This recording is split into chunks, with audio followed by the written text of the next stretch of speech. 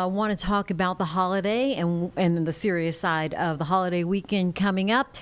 Authorities, local authorities, really everywhere, but here in the Carolinas, they do not want you to booze or cruise, and that is whether on the roads or on the water. South Carolina troopers, as well as the Department of Natural Resources, speaking ahead of this weekend, giving a fair warning to you out on the roads and the water. Let's listen in here as we spoke to representatives from both agencies on WCNC Plus. Okay, so this July 4th weekend, it's a partnership with us and DNR. Most of the people that live in South Carolina, traveling through South Carolina, will have to drive to get to our waterways. So this holiday enforcement period is to encourage people being safe going to and from and while operating on our waterways. Troopers are going to be out. We're going to be looking for people not wearing their seat belts, adults and children alike, drivers driving distracted, people driving impaired under alcohol and or drugs, and also speeding, because speed seems to be a common denominator in a lot of our crashes across the state. And does this partnership happen kind of often, or is this more of a rarity for y'all? This happens basically through the entire summer. July 4th hits it real hard with it being like a heavy waterway type holiday, because a lot of people want to come out and see fireworks, be on the lake with their family and friends. And with it being as hot as it is, the water seems to be the destination, whether it's the ocean or lakes or smaller bodies.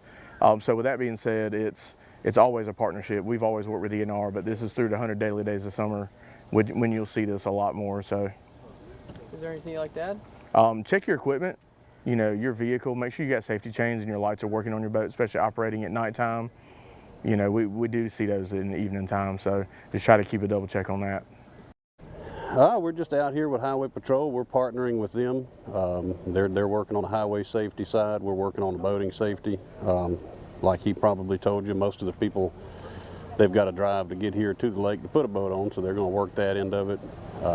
Once they're on the water, we're going to be working the boat and safety end of it. Busy week coming up, busy weekend with the 4th of July, and our goal is to make sure people can come out here and have fun safely.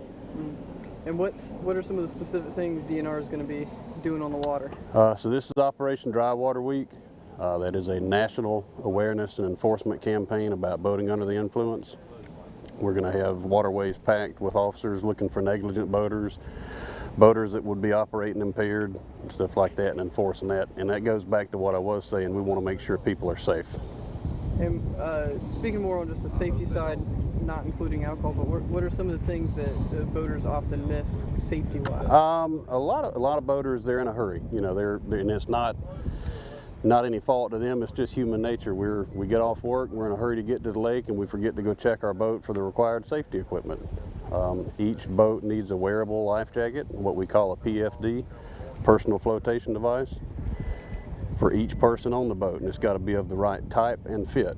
So if you have a child that's 55 pounds, an adult PFD doesn't work for them. They've got to have one for a child. So a life jacket for everybody on the boat, correct type and fit. A Type 4 throwable device. That is typically a square throw cushion with handles on it. It's made to throw out to somebody if they need it. If you try to throw a regular life jacket to somebody, it just twists around. You can throw the Type 4 like a Frisbee. Each boat needs a fire extinguisher, at least a Class B1 marine fire extinguisher, and some type of sound producing device, a horn, bell, or a whistle to let people know that they need help. People need to make sure that their registrations on their boats are up to date. Make sure that they've taken care of that, that they have their registration card on the boat. Those are things we'd be looking for. And what are some of the amount of people that are going to be on the water?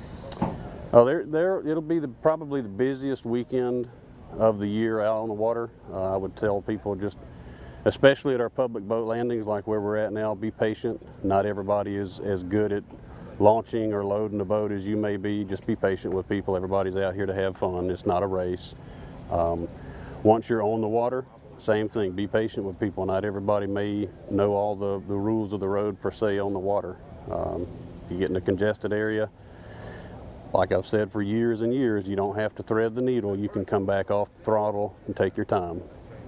And what are some of the specific things you're going to be looking out for July 4th? July 4th, we're going to be looking for negligent boat operation. We're going to be looking for impaired boaters. We're going to be checking boats to make sure they have their proper safety equipment. Because at the end of the day, we want people to have a safe July 4th weekend without any incidents. We don't want to have any tragedy. Anything like that? And that is the bottom line. We want to see you July 5th and the Monday following July 4th holiday weekend. So be safe out there this weekend while you have a good time. And we'll just stay on this July 4th beat. You called it, Carlene, right? Yes. The July 4th July beat. beat.